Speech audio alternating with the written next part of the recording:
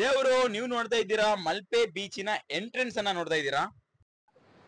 ಗುರು ನಮಸ್ಕಾರ. ಎಲ್ರು ಹೆಂಗಿದ್ದೀರಾ? ಎಲ್ರು ಚೆನ್ನಾಗಿದ್ದೀರಾ ಅಂತ ಅನ್ಕೊಂಡೆ ಒಂದು ಚೆನ್ನಾಗಿರುವಂತಹ ಒಂದು ಕಂಟೆಂಟ್ ಅನ್ನ ತಗೊಂಡ್ ಬಂದಿದ್ದೇವೆ.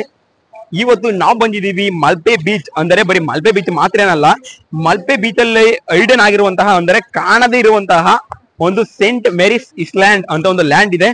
ಆ ಲ್ಯಾಂಡ್ ಅನ್ನು ಸಹ ತೋರಿಸ್ತಿದ್ದೀನಿ. ದಯವಿಟ್ಟು ಈ ಒಂದು ವಿಡಿಯೋನ ಯಾರ್ಯಾರು ಫಸ್ಟ್ ನೋಡ್ತಾ ಇದ್ದೀರಾ ಇಲ್ಲ ಇವಾಗ ನೋಡ್ತಾ ಇದ್ದೀರಾ, ಯಾರ್ಯಾರು ಸಬ್ಸ್ಕ್ರೈಬ್ ಮಾಡ್ಕೊಂಡಿಲ್ಲ ಎಲ್ಲರೂ ಸಹ ಈ ಒಂದು ವಿಡಿಯೋದಲ್ಲಿ ನಮ್ಮ ಒಂದು ಚಾನಲ್ ಅನ್ನ ಸಬ್ಸ್ಕ್ರೈಬ್ ಮಾಡ್ಕೊಳ್ಳಿ ಅಂತ ಕೇಳ್ಕೊತಾ ಇದ್ದೀನಿ. ಯಾಕಪ್ಪ ಅಂತ ಹೇಳಿದ್ರೆ ಚಾಮರಾಜನಗರದ ಒಬ್ಬ ಹುಡುಗ ಇವತ್ತಿನ ದಿನದಲ್ಲಿ ನಾನು ಉಡುಪಿ ತನಕನೂ ಸಹ ಬಂದು ನಾವು ವಿಡಿಯೋನ ಮಾಡ್ಲಿಕ್ಕೆ ಅನುಮತಿನ ಕೊಟ್ಟಿದ್ದೀರಾ, ಪ್ರೀತಿ ವಿಶ್ವಾಸವನ್ನ ಕೊಟ್ಟಿದ್ದೀರಾ. ಅದೇ ರೀತಿ ಈ ಒಂದು ನೀವ್ ಯಾರ್ಯಾರು ಸಬ್ಸ್ಕ್ರೈಬ್ ಮಾಡಿಲ್ಲ ನೀವೆಲ್ಲರೂ ಸಹ ಸಬ್ಸ್ಕ್ರೈಬ್ ಮಾಡಿದ್ರೆ ನಮ್ಗೆ ಇನ್ನೂ ಒಂದಷ್ಟು ಇನ್ಸ್ಪಿರೆನ್ಸ್ ಆಗುತ್ತೆ. ನಮ್ಮನ್ನು ಪ್ರೀತಿಸುವಂತಹ ಜನಗಳು ಇನ್ನೂ ಇದ್ದಾರೆ, ಇನ್ನೂ ಜಾಸ್ತಿ ಇದ್ದಾರೆ ಅಂತ ಅಂದ್ಬಿಟ್ಟು ನಾವು ಇನ್ನೂ ಅತಿ ಹೆಚ್ಚಿನ ಒಂದು ವಿಡಿಯೋಗಳನ್ನ ಮಾಡ್ಲಿಕ್ಕೆ ನಮ್ಗೆ ಪ್ರೋತ್ಸಾಹ ಸಿಗುತ್ತೆ.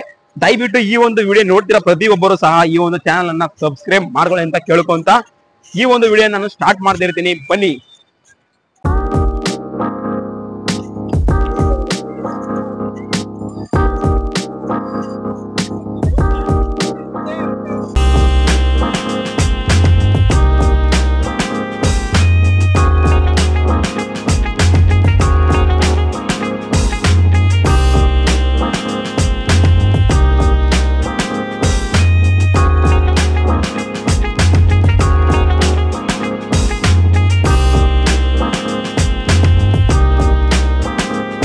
ಈ ಒಂದು ಜಾಗಕ್ಕೆ ನೀವೇನಾದ್ರೂ ಬರ್ಬೇಕಾದ್ರೆ ನಿಮ್ಗೆ ಮೈಸೂರಿನಿಂದ ಬಂದ್ರೆ 150 ರುಪೀಸ್ ಅಷ್ಟೇ ಒಬ್ಬರಿಗೆ ಪರ್ 1 ಪರ್ಸನ್ ಇರುತ್ತೆ. ನಾವು ಇಬ್ಬರಿದೀವಲ್ಲ, ಅದಕ್ಕೋಸ್ಕರ ನಾವು 300 ರುಪೀಸ್ ಚಾರ್ಜ್ ಅನ್ನ ಕೊಟ್ಟು ಒಂದು ಟಿಕೆಟ್ ಅನ್ನ ತಕೊಂಡು ಇಲ್ಲಿ ತನಕ ಬಂದ್ವಿ. ಅಲ್ಲಿಂದ ಫ್ರೆಂಡ್ಸ್ ನಿಮ್ಗೆ ಸುಮಾರು ಸಿಟಿ ಬಸ್ ಸ್ಟ್ಯಾಂಡ್ ಅಲ್ಲಿ ಸುಮಾರು ತರಹ ಬಸ್ಗಳು ಬರುತ್ತದೆ. ಸಿಟಿ ಬಸ್ ಸ್ಟ್ಯಾಂಡ್ಗೆ ಅಂದ್ರೆ ರೈಲ್ವೆ ಸ್ಟೇಷನ್ ಇಂದ ಸಿಟಿ ಬಸ್ ಸ್ಟ್ಯಾಂಡ್ ಇದೆಯಲ್ಲ, ಈ ಒಂದು ಸಿಟಿ ಬಸ್ ಸ್ಟ್ಯಾಂಡ್ಗೆ 110 ರುಪೀಸ್ಗೆ ನಾವು ಅಲ್ಲಿಂದ ಚಾರ್ಜಸ್ ಅಲ್ಲಿ ಬಂದ್ವಿ. ರೈಲ್ವೆ ಸ್ಟೇಷನ್ ಇಂದ ಸಿಟಿ ಬಸ್ ಸ್ಟ್ಯಾಂಡ್ಗೆ. ಸಿಟಿ ಬಸ್ ಸ್ಟ್ಯಾಂಡ್ ಇದೆಯಲ್ಲ, ಸಿಟಿ ಬಸ್ ಸ್ಟ್ಯಾಂಡ್ ಇಂದ ಅಲ್ಲಿ ಕೂಗದೆ ಇರ್ತಾರೆ ಫ್ರೆಂಡ್ಸ್, ಅದು ಮಲ್ಪೆ ಬೀಚ್ ಅಂತ ಹೇಳ್ತಾ ಇರ್ತಾರೆ. ಆ ಒಂದು ಮಲ್ಪೆ ಬೀಚ್ಗೆ ಹತ್ತಿದ್ರೆ ನೀವು ಓನ್ಲಿ 20 ರುಪೀಸ್ ಅಷ್ಟೇನೆ. ಸಿಟಿ ಮಾಮೂಲಿ ಲೋಕಲ್ ಅಲ್ವಾ, ಅದರಿಂದ ಬರೀ 20 ರೂಪಾಯಿಗೆ ನಿಮ್ನ ಮಲ್ಪೆ ಹತ್ರ ಕರ್ಕೊಂಡು ಬರ್ತಾರೆ. ಇಲ್ಲಿಗೆ ಮುಂದೆ ಸುಮಾರು ಹಲವಾರು ನೀವು ಆಟಗಳನ್ನ ನೀವು ನೋಡ್ತಾ ಇರ್ಬೋದು. ಆಲ್ಮೋಸ್ಟ್ ಎಲ್ಲರೂ ಸಹ ಈ ಒಂದು ವಿಡಿಯೋಗಳನ್ನ ನೋಡಿರ್ತೀರ ಅಂತ ನಮಗೂ ಸಹ ಗೊತ್ತಿದೆ. ಮಲ್ಪೆ ಬೀಚ್ ಇದೆಯಲ್ಲ, ಇದರ ವಿಶೇಷತೆ ಏನಪ್ಪಾ ಅಂತ ಹೇಳಿದ್ರೆ, ಇದು ಒಂದು ಮಲ್ಪೆ ಬೀಚ್ ಇದೆಯಲ್ಲ, ಈ ಮಲ್ಪೆ ಬೀಚ್ ಒಂದು ಸೇಂಟ್ ಮೇರಿಸ್ ಇಸ್ಲ್ಯಾಂಡ್ ಅನ್ನೋದನ್ನು ಸಹ ಹೋಗಿದ್ರೆ ಆ ಜಾಗಕ್ಕೆ ನಾವು ನೆಕ್ಸ್ಟ್ ಹೋಗೋಣ. ಇವಾಗ ಈ ಜಾಗದಲ್ಲಿ ಏನಪ್ಪಾ ಅಂತ ಹೇಳಿದ್ರೆ ಮಲ್ಪೆ ಬೀಚ್ ಗಳನ್ನ ಸಹ ನೋಡ್ಬೋದು. ನೋಡಿ ಮಲ್ಪೆ ಬೀಚ್ ಇರುತ್ತಲ್ಲ ಫ್ರೆಂಡ್ಸ್, ಇಲ್ಲಿ ಹೋಗುವಾಗ ನೋಡಿ ಈ ತರ ಒಂದು ಸಿಕ್ಕಿದೆ. ಇದು ಏನಂತ ನಿಮ್ಗೆ ಏನಾದ್ರೂ ಗೊತ್ತಿದ್ರೆ ಕಮೆಂಟ್ ಮಾಡಿ ನೋಡಿ. ಅದನ್ನ ಇವಾಗ ನಮ್ಗೆ ತೋರಿಸ್ತೀನಿ ನೋಡಿ. ಇವಾಗ ನೋಡಿ, ಇದು ಏಡಿಗಳು ಜಾಗ ಮಾಡ್ಕೊಂಡೈತೆ ಒಳಗಡೆ ಹೋಗಿ ಹೊರಗಡೆ ಬರ್ಲಿಕ್ಕೆ. ನೋಡಿ ಏನೋ ಸುತ್ತ ಆಯ್ತಲ್ಲ. ಬರೀ ಇಷ್ಟೇ ಅಲ್ಲ, ಇದೇ ರೀತಿ ಸುಮಾರು ಕಡೆನೂ ಸಹ ಸಮುದ್ರಗಳಲ್ಲಿ ನೋಡ್ಲಿಕ್ಕೆ ಸಿಗುತ್ತೆ. ಇವಾಗ ನೀವು ಸದ್ಯಕ್ಕೆ ಸಮುದ್ರದ ವ್ಯೂ ಅನ್ನ ನೋಡಿ.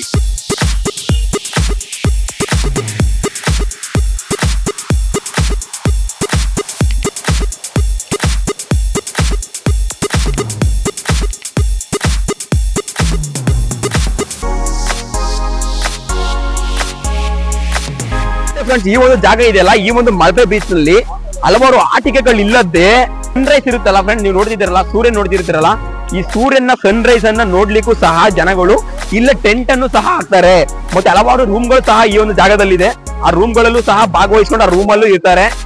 ಅದು ಏನಕ್ಕೆ ಇರ್ತಾರೆ ಅಂತ ಹೇಳಿದ್ರೆ, ಆ ಸನ್ ರೈಸ್ ಅನ್ನ ಸೂರ್ಯ ಉದಯಿಸುವುದನ್ನ ಯಾವ ರೀತಿ ಉದಯಿಸುತ್ತದೆ ಅನ್ನೋದನ್ನ ನೋಡ್ಲಿಕ್ಕೋಸ್ಕರ ಜನಗಳು ಇಲ್ಲೂ ಸಹ ಆಲ್ಟರ್ನ್ ಆಗಿದ್ದು ತಂಗಿದ್ದು ಈ ಒಂದು ಸೂರ್ಯನ ಒಂದು ಉದಯಿಸುವುದನ್ನ ನೋಡ್ಕೊಂಡು ಹೋಗ್ತಾರೆ, ಎಂಜಾಯ್ ಅನ್ನ ಮಾಡ್ಕೊಂಡು ಹೋಗ್ತಿರ್ತಾರೆ. ನೋಡಿ ಅಲ್ಲಿ ಸಮುದ್ರದಿಂದ ಯಾವ್ದೋ ಹಾವು ಸದ ಬಿಡದೆ ಅನ್ಸುತ್ತೆ. ಆಗಿರ್ಬೋದು ನೋಡಿ. ಗುರು ಬಂದ್ ನೋಡ್ದಾಗ್ಲೇ ಗೊತ್ತಾಗಿದ್ದು ಇದು ಹಗ್ಗ ಅಂತ. ಇದು ಯಾವ ರೀತಿ ಹಗ್ಗ ಅಂತ ಹೇಳಿದ್ರೆ, ಪ್ಯಾರಾಚೂಟ್ ಇದೆಯಲ್ಲ, ಸೊ ಪ್ಯಾರಾಚೂಟ್ ಅನ್ನ ಕಟ್ಲಿಕ್ಕೂ ಸಹ ಬಳಸ್ಕೋತಾರೆ. ಮತ್ತೆ ಹಡಗುಗಳನ್ನ ನಿಲ್ಲಿಸ್ಲಿಕ್ಕೂ ಸಹ ಈ ಒಂದು ದಾರಗಳನ್ನ ಬಳಸ್ಕೋತಾರೆ. ಆ ಒಂದು ಪ್ಯಾರಾಚೂಟ್ ಅನ್ನ ಹ್ಯಾಂಡಲ್ ಮಾಡೋದು ಈ ಒಂದು ದಪ್ಪದಾದಂತಹ ಸೇಫ್ಟಿ ಆಗಿರುವಂತಹ ಹಗ್ಗ ಅದನ್ನ ಹ್ಯಾಂಡ್ ಓವರ್ ಮಾಡ್ಕೊಳ್ಳುತ್ತೆ. ಹಗ್ಗ ಎಲ್ಲ ಕೊಟ್ಟಾಗ್ಬಿಡೈತಲ್ಲ ಫ್ರೆಂಡ್ಸ್, ಆದ್ದರಿಂದ ಬಿದ್ದಿದೆ. ಇನ್ನು ಸುಮಾರು ಇದೆ, ಆಲ್ಮೋಸ್ಟ್ ಎಲ್ಲ ಕಡೆ ಆ ಕಡೆ ಎಲ್ಲರೂ ಸಹ ವಿಡಿಯೋಗಳನ್ನ ಮಾಡಿರ್ತಾರೆ, ಎಲ್ಲರಿಗೂ ತಿಳ್ಕೊಂಡಿರ್ತೀರಾ. ಬಟ್ ಈ ಕಡೆ ಯಾರು ಮಾಡಿಲ್ಲ ಅನ್ಕೋತೀನಿ. ಬನ್ನಿ ಈ ಕಡೆ ಏನೇನಿದೆ ಎಲ್ಲವನ್ನು ಸಹ ನೋಡ್ಕೊಂಡು ಬರೋಣ. ಸುಮಾರು ದೂರ ಇದೆ ಫ್ರೆಂಡ್ಸ್ ನಾವು ಹೋಗ್ತಿರೋಂಥದ್ದು. ಅಲ್ಲಿ ತನಕ ಸಹ ಹೋಗಿ ಈ ಒಂದು ಯಾವ ರೀತಿ ಇದೆ, ಅಲ್ಲಿ ಏನಾದ್ರು ವಿಶೇಷತೆ ಏನಾದ್ರು ಸಿಗುತ್ತೆ ನಮಗೋಸ್ಕರ, ನಮಗಾಗಿ ಏನಾದ್ರು ಕಾಯ್ತಾ ಇದೆಯಾ ಏನು ಅನ್ನೋದನ್ನ ನಾವು ನೋಡ್ಕೊಂಡು ಬರೋಣ. ಬನ್ನಿ. ಗುರು ಹಾಗೆ ಹೋಗ್ತಾ ಹೋಗ್ತಾ ಸಮುದ್ರದಲ್ಲಿ ಈಗಷ್ಟೇ ಸಮುದ್ರದಿಂದ ತೇಲ್ಕೊಂಡು ಬಂದಿರುವಂತಹ ಕಪ್ಪೆ ಚಿಪ್ಪನ್ನ ನೋಡ್ತಾ ಇದ್ದೀರಾ. ಕಪ್ಪೆ ಚಿಪ್ ನೋಡ್ತಿದ್ರೆ ಎಷ್ಟೊಂದು ಫ್ರೆಶ್ ಆಗಿದಾವೆ ಅಂತ ಅನ್ಬಿಟ್ಟು. ಇಲ್ಲಿನ ಮರಳು ನೋಡಿ, ಮಲ್ಪೆ ಬೀಚಿನ ಮರಳು. ಮನೇಲಿ ನೀವು ರವೆಗೆ ಅಂದ್ರೆ ಉಪ್ಪಿಟ್ಟು ಮಾಡ್ಲಿಕ್ಕೆ ರವೆ ಯೂಸ್ ಮಾಡ್ತಾರಲ್ಲ, ಆ ಒಂದು ರವೆ ತರಾನೇ ಈ ಒಂದು ಮಣ್ಣಿದೆ. ಎಷ್ಟೊಂದು ಮೃದುವಾಗಿದೆ ಅಂತ ಹೇಳಿದ್ರೆ ನೀವು ನೋಡದೇ ಇರ್ಬೋದು. ಅಂದ್ರೆ ಬೇರೆ ಬೀಚ್ಗಳಲ್ಲಿ ಫ್ರೆಂಡ್ಸ್ ಈ ತರ ಒಂಥರ ಕಲ್ಲಿನ ಪುಡಿಯ ತರ ಇರುತ್ತೆ. ಬಟ್ ಈ ಬೀಚ್ ಅಲ್ಲಿ ವೈಟ್ ಅಂತಂದ್ರೆ ಬೆಳೆಯ ಮರಳು ಅಂತ ಈ ಒಂದು ಲ್ಯಾಂಡ್ ಅನ್ನ ಕರೀತಾರೆ. ನೋಡಿ ಫ್ರೆಂಡ್ಸ್, ಈ ಒಂದು ಜಾಗದಲ್ಲಿ ಬಂದಿರುವಂತಹ ಅವರು ಮಾಲೆಯನ್ನ ಹಾಸ್ಕೊಂಡಿದಾರಲ್ಲ, ಅವರು ಈ ಒಂದು ಅವರ ಒಂದು ವಸ್ತ್ರವನ್ನ ಈ ತರ ಬಿಸಾಕಿದ್ದಾರೆ. ಇದು ಎಷ್ಟರ ಮಟ್ಟಿಗೆ ಸರಿ ಅಂತ ಕಾಣೋದಿಲ್ಲ. ದಯವಿಟ್ಟು ನೀವೇನಾದ್ರೂ ಈ ಒಂದು ಜಾಗಕ್ಕೆ ಏನಾದ್ರು ಬಂದ್ರೆ ಈ ತರ ಪ್ಲಾಸ್ಟಿಕ್ ಅನ್ನು ಹಾಕೋದಾಗ್ಲಿ, ನೀರಿನ ಬಾಟಲ್ಗಳು ಹಾಕೋದಾಗ್ಲಿ, ಈ ತರದ ಒಂದು ವಸ್ತುಗಳನ್ನ, ಇಲ್ಲಿಗೆ ಹಾನಿ ಆಗುವಂತಹ ವಸ್ತುಗಳನ್ನ ಯಾವುದೇ ರೀತಿ ಯಾವುದೇ ಸಮಯದಲ್ಲೂ ಮಾಡ್ಬೇಡಿ ಅಂತ ನಾನು ಈ ಒಂದು ವಿಡಿಯೋದಲ್ಲಿ ಕೇಳ್ಕೊತಾ ಇದ್ದೀನಿ. ಗುರು, ಮಲ್ಪೆಯಲ್ಲಿ ನೋಡ್ತಿದಾರಲ್ಲ, ಮೀನಿಂದು ಹ್ಯಾರೋ ಮಾರ್ಕ್ ಹಾಕಿದ್ದಾರೆ. ಅಲ್ಲಿ ಆ ಮೀನಿನ ಹ್ಯಾರೋ ಮಾರ್ಕ್ ಹಾಕಿದ್ದಾರೆ ಅಂತ ಹೇಳಿದ್ರೆ ಆ ಹ್ಯಾರೋ ಮಾರ್ಕ್ ಅಲ್ಲಿ ಮೀನ್ ಇದೆಯಾ ಏನು ನೋಡ್ಕೊಂಡು ಬರೋಣ ಬನ್ನಿ. ನೋಡಿ, ನಾವು ಪ್ರವಾಸಕ್ಕೆ ಅಂತ ಬಂದ್ಬಿಟ್ಟು ಇಲ್ಲಿರೋ ಖಾಲಿ ಬಾಟ್ಲುಗಳು, ಸ್ಲಿಪ್ಪರ್ಗಳು, ಕಿತ್ತೋಗಿರುವಂತಹ ಚಪ್ಪಲಿಗಳನ್ನೆಲ್ಲ ಇಲ್ಲಿ ಹಿಡಿದಿವಿ. ಸೊ ಆದ್ರೆ ಸಮುದ್ರನ ಒಳಗಡೆ ಇಟ್ಕೊಳ್ದೆ ತಡಕ್ಕೆ ತಗೊಂಡ್ಬಂದು ನಿಮ್ಮನ್ನ ನೀವೇ ತಗೊಳ್ಳಿ ಅಂತ ಅಂದ್ಬಿಟ್ಟು ತಂದು ಎಸ್ಬಿಟ್ಟೈತೆ. ದಯವಿಟ್ಟು ಈ ತರ ಬೀಚ್ಗಳಲ್ಲಿ ಈ ತರ ಎಲ್ಲ ಬಾಟ್ಲ್ಗಳನ್ನ ಅವಾಯ್ಡ್ ಮಾಡಿ ಅಂತ ನಾನು ಪ್ರತಿಯೊಂದು ವಿಡಿಯೋದಲ್ಲಿ ಕೇಳ್ಕೊತಾ ಇದ್ದೀನಿ. ಸೊ ಆದ್ದರಿಂದ ಈ ತರ ಒಂದು ಬಾಟ್ಲ್ಗಳಾಗಿರ್ಬೋದು, ಪ್ಲಾಸ್ಟಿಕ್ ಅನ್ನ ಉಪಯೋಗಿಸೋದನ್ನ ಸ್ವಲ್ಪ ಕಡಿಮೆ ಮಾಡ್ಕೊಳ್ಳಿ ಸಮುದ್ರದ ತೀರದಲ್ಲಿ.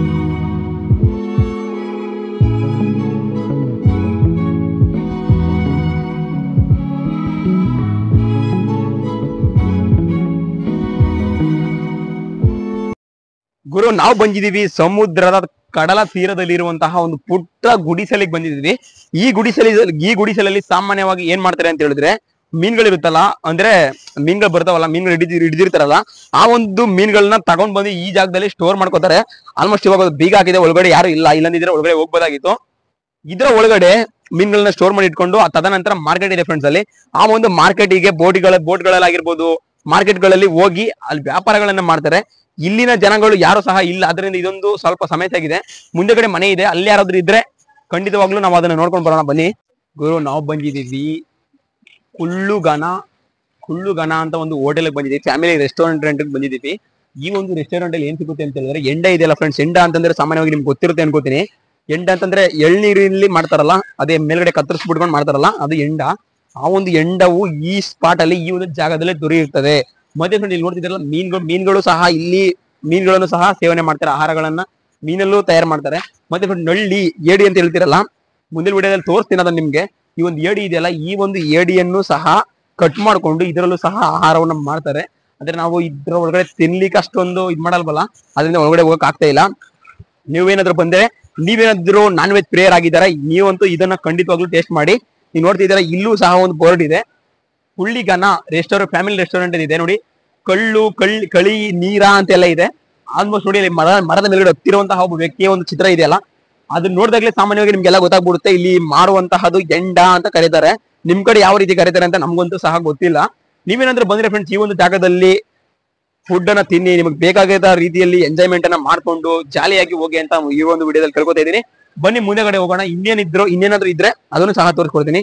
ಈ ಒಂದು ಜಾಗ ಎಲ್ಲಿದೆ ಅಂತ ಹೇಳಿದ್ರೆ ಮಲ್ಪೆ ಬೀಚ್. ನೀವು ನೋಡ್ತಾ ಇದ್ದೀರಲ್ಲ, ಮಲ್ಪೆ ಬೀಚಿನ ಒಂದು ತುದಿ ಇದೆಯಲ್ಲ, ಅಲ್ಲಿ ಕಡ್ಲಿಕ್ಕೆಲ್ಲ ಇರುತ್ತಲ್ಲ, ಅಂದ್ರೆ ನಿಮ್ಗೆ ಬೋಟ್ ರೈಡಿಂಗ್ ಎಲ್ಲ ಇರುತ್ತಲ್ಲ, ಆ ಬೋಟ್ ರೈಡಿಂಗ್ ಇಂದ ಸ್ವಲ್ಪ ಸ್ಟ್ರೈಟ್ ಆಗಿ ಬಂದ್ರೆ ಈ ಬೋರ್ಡ್ ಅನ್ನೋದು ಕಾಣುತ್ತೆ. ಈ ಬೋರ್ಡ್ ಅನ್ನೋದು ಕಂಡಾಗ ನೀವು ಈ ಒಂದು ಜಾಗಕ್ಕೆ ಬಂದ್ಬಿಡ್ಬೇಕಾದ್ರೆ ನಿಮ್ಮ ಒಂದು ಟೈಮ್ ಅನ್ನ ಸ್ಪೆಂಡ್ ಮಾಡಬಹುದು. ಫ್ಯಾಮಿಲಿ ಜೊತೆ ಏನಾದ್ರು ಬಂದ್ರೆ ಇಲ್ಲಿ ರೂಮ್ಸ್ ಸಹ ಅವೈಲೇಬಲ್ ಇರುತ್ತೆ. ನಿಮ್ ಕೆಳಗಡೆ ನೋಡ್ತಾ ಇರ್ಬೋದು ನೀವು, ಡಿಲೆಕ್ಸ್ ಫ್ಯಾಮಿಲಿ ಅಕೌಂಟ್ ರೂಮ್ಸ್ ಅಂತ ಬಂದಿದೆ, ಅವೈಲೇಬಲ್ ಅಂತ ಬರ್ದಿದೆ. ಈ ಒಂದು ಜಾಗದಲ್ಲಿ ಸಹ ನೀವು ಒಂದು ರೂಮ್ ಅಲ್ಲಿ ಮಾಡ್ಬೋದು. ನಿಮ್ಗೆ ಫೋನ್ ಪೇ, ಗಿನ್ ಪೇ ಎಲ್ಲ ಎನಿ ಒನ್ ಪೇಗಳು ಅವೈಲೇಬಲ್ ಇರುತ್ತೆ. ನೀವೇನಾದ್ರೂ ಬಂದ್ರೆ ಈ ಒಂದು ರೆಸ್ಟೋರೆಂಟ್ ಅಲ್ಲಿ ಕಾಲ ಕಳೆಯೋದಷ್ಟರಲ್ಲಿ ಈ ಒಂದು ರೆಸ್ಟೋರೆಂಟ್ ಅಲ್ಲಿ ಸ್ಟೇ ಆಗಿ ಅಂತ ಕೇಳ್ಕೊತಾ ಇದ್ದೀನಿ. ಬನ್ನಿ ಮುಂದೆ ಏನಾಗುತ್ತೆ.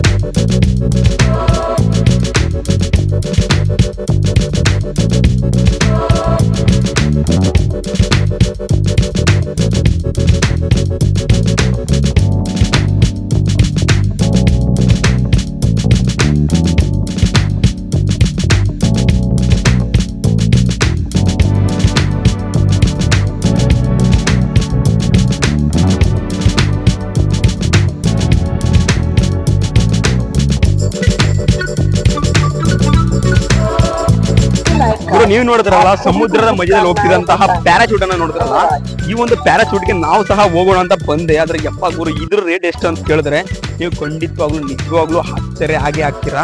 ಯಾಕಪ್ಪ ಅಂತ ಹೇಳಿದ್ರೆ 1 ನಿಮಿಷ 20 ಸೆಕೆಂಡ್ಗೆ 1,000 ರೂಪಾಯಿ ಅಂತ ಕೊಡ್ಬೇಕಂತೆ. ಆಲ್ಮೋಸ್ಟ್ ನಾವು ವಿಡಿಯೋನ ಆನ್ ಮಾಡೋ ತನಕನೇ 1 ಸೆಕೆಂಡ್ ಮುಗಿದೋಗ್ಬಿಟ್ಟಿರುತ್ತೆ ಅಂತ ನೆನ್ಕೋಬಹುದು. ಅದರಿಂದ ನಾವು ಈ ಒಂದು ವ್ಯೂಸ್ ಅನ್ನ ತೋರಿಸ್ಲಿಕ್ಕೆ ಆಗ್ಲಿಲ್ಲ.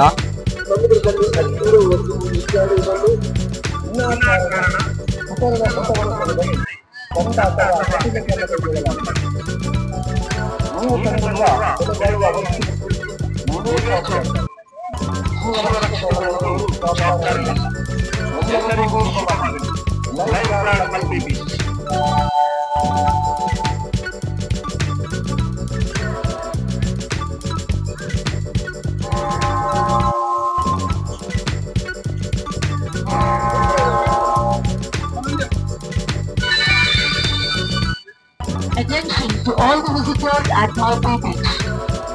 Swimming or playing games beyond parallel to the seashore area is strictly prohibited.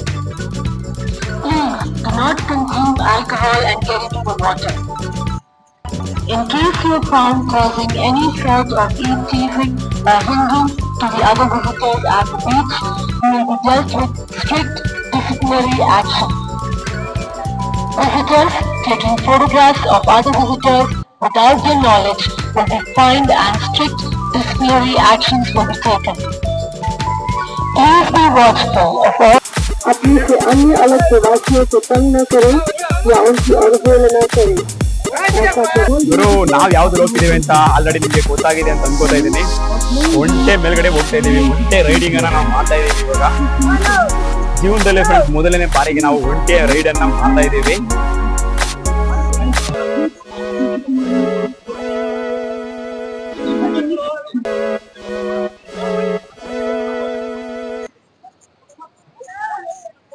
Guru, welcome to ಒಂಟೆ ರೈಡಿಂಗ್.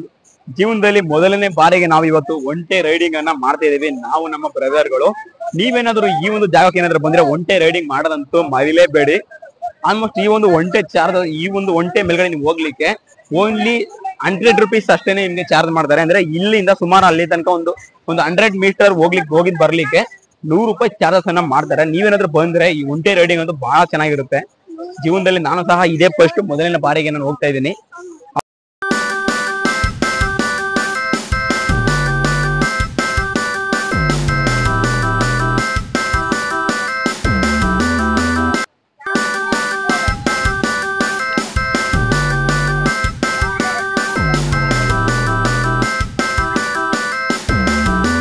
ಈ ಒಂದು ಒಂಟೆ ಅಂತ ಹೇಳಿದ್ರೆ ಫ್ರೆಂಡ್ಸ್, ಸಾಮಾನ್ಯವಾಗಿ ಎಲ್ಲರಿಗೂ ಗೊತ್ತಿರುತ್ತಲ್ಲ, 300 ಲೀಟರ್ ತನಕನೂ ಸಹ ಈ ಒಂದು ಒಂಟೆಗಳು ನೀರನ್ನ ಕುಡಿತವೆ. ಆದ್ರಿಂದ ಬರ್ಲಿಕ್ಕೆ ಇಲ್ಲಿ ಕರ್ಕೊಂಡ್ ಬರೋಕ್ಕೂ ಮೊದ್ಲೇ ಇವಕ್ಕೆ ನೀರ್ಗಳನ್ನ ಕುಡಿದ್ಬಿಟ್ಟಿದ್ದಾರೆ, ಬೇರೆ ಏನು ಕೊಟ್ಟಿಲ್ಲ ಅಂತ ಅನ್ಕೋತೀನಿ. ಯಾಕಂದ್ರೆ ಇವರ ಅವಸ್ಥಿತಿಗಳು ನೋಡಿದ್ರೆ ನಮ್ಗೆ ಗೊತ್ತಾಗ್ತಿದೆ. ಇವಾಗ ನೋಡಿ, ಇಲ್ಲಿಂದ ರಿಟರ್ನ್ ಆಗಿದ್ರು. ಇವಾಗ ಆಲ್ಮೋಸ್ಟ್ ಇಲ್ಲಿಂದ 100 ಮೀಟರ್ಗೂ ಸಹ ಕಡಿಮೆ ಅಂತಾನೆ ಹೇಳ್ಬೋದು. 100 ಮೀಟರ್ಗೂ ಸ್ವಲ್ಪ ಕಡಿಮೆನೇ ಇದೆ ಒಟ್ನಲ್ಲಿ. ಬಟ್ ಅದು ಏನು ಮಾಡಕ್ಕಾಗಲ್ಲ, ಎಲ್ಲರಿಗೂ ಒಂದು ಜೀವನ ಅನ್ನೋದು ಇರುತ್ತಲ್ಲ, ಅದರಿಂದ ಅವ್ರಿಗೂ ಸಹ ಈ ತರ ಮಾಡುವಂತಹ ಪರಿಸ್ಥಿತಿಗಳಿದೆ. ನೋಡಿ, ಒಂಟಿಯ ಮೇಲ್ಗಡೆ ನಿಮ್ಗೆ ಈ ತರ ಒಂದು ಕಿಟ್ಟನ್ನ ಕೊಟ್ಟಿರ್ತಾರೆ, ಅಂದ್ರೆ ಒಂದು ಮರವನ್ನು ಅಳವಡಿಸಿರ್ತಾರೆ. ಈ ಮರವನ್ನ ನಿಮ್ ಸೇಫ್ಟಿಯಾಗಿ ಇಟ್ಕೊಳ್ಳಿಕ್ಕೆ ಕೊಟ್ಟಿರ್ತಾರೆ. ನಿಮ್ಗೇನಾದ್ರು ಆಸೆ ಆಗ್ಬಿಟ್ಟು ದಾರ ಕೊಡಿ ಕೈಲಿ ಹಿಡ್ಕೊಂಡು ಹೋಗ್ತೀನಿ ಅಂತ ಹೇಳಿದ್ರೆ ಅದಂತೂ ಸಾಧ್ಯನೇ ಇಲ್ಲ. ಯಾಕಪ್ಪ ಅಂತ ಹೇಳಿದ್ರೆ ಇವು ಮೂಕ ಪ್ರಾಣಿಗಳಲ್ವಾ, ನಾವು ಅವರಿಗೆ ಇದನ್ನ ಯಾವ ರೀತಿ ವರ್ತಿಸ್ಬೇಕು, ಯಾವ ರೀತಿ ಪಳಗಿಸ್ಬೇಕು ಅನ್ನೋದು ಇವ್ರಿಗೂ ಸಹ ಗೊತ್ತಿರುತ್ತೆ. ಆದ್ರೆ ನಮ್ಗಂತೂ ಗೊತ್ತಾಗಲ್ಲ ಫ್ರೆಂಡ್ಸ್. ಅದರಿಂದ ಅವರು ನಮ್ಮ ಕೈಲಿ ಈ ತರ ಒಂದು ಏನೋ ಹೇಳ್ತಾರಲ್ಲ, ಇದು ಲಂಗೋಟಿ ಏನೋ ಹೇಳ್ತಾರೆ, ಅದನ್ನ ನಮ್ ಕೈಲಿ ಕೊಡೋದಿಲ್ಲ ಇವರು. ನೀವೇನಾದ್ರು ಬಂದ್ರೆ ಮಂಗಳೂರಿಗೆ ಏನಾದ್ರು ಮಲ್ಪೆ ಬೀಚ್ಗೆ ಏನಾದ್ರು ಬಂದ್ರೆ ಈ ಒಂದು ಜಾಗದಲ್ಲಿ ಒಂಟೆ ರೈಡಿಂಗ್ ಅಥವಾ ಕುದುರಾ ರೈಡಿಂಗ್ ಎಲ್ಲವನ್ನು ಸಹ ಮಾಡ್ಕೊಂಡು ಹೋಗಿ ಅಂತ ಈ ಒಂದು ವಿಡಿಯೋದಲ್ಲಿ ಕೇಳ್ಕೊತಾ ಇದ್ದೀನಿ. ಓಕೆ ಫ್ರೆಂಡ್ಸ್, ಈ ಒಂದು ವಿಡಿಯೋ ನಿಮ್ಗೆ ಇಷ್ಟ ಆದಲ್ಲಿ ಲೈಕ್ ಮಾಡಿ, ಫಾಲೋ ಮಾಡಿ. ನನ್ನ ಯಾರ್ಯಾರು ಈ ಒಂದು ಯೂಟ್ಯೂಬ್ ಚಾನಲ್ ಅಲ್ಲಿ ನೋಡ್ತಾ ಇದ್ದಾರಾ, ಈ ಒಂದು ಯೂಟ್ಯೂಬ್ ಚಾನಲ್ ಅನ್ನು ಸಬ್ಸ್ಕ್ರೈಬ್ ಮಾಡಿ ಅಂತ ಕೇಳ್ಕೊತಾ ಈ ಒಂದು ವಿಡಿಯೋನ ಮುಕ್ತಾಯ ಮಾಡ್ತಾ ಇದ್ದೀನಿ. ಈ ಮುಂದಿನ ಬಾರಿ ಇದೇ ರೀತಿ ಹೆಚ್ಚಿನ ಒಂದು ಚೆನ್ನಾಗಿರುವಂತಹ ಒಂದು ವಿಡಿಯೋಗಳನ್ನ ತಗೊಂಡು ಬರ್ತೀನಿ. ಅಲ್ಲಿ ತನಕ ಟೇಕ್ ಕೇರ್.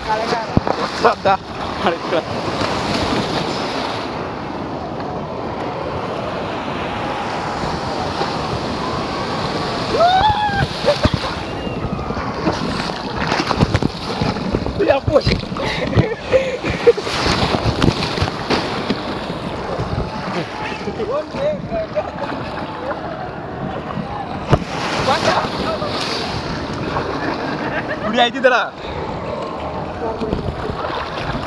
ಅಲ್ಲೊಂದು ಬಂತು ನೋಡ ಬರ್ಲಿ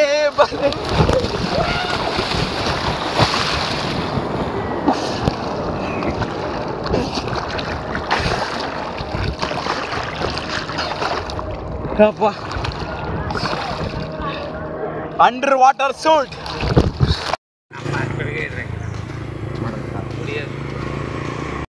Please like and subscribe, friends.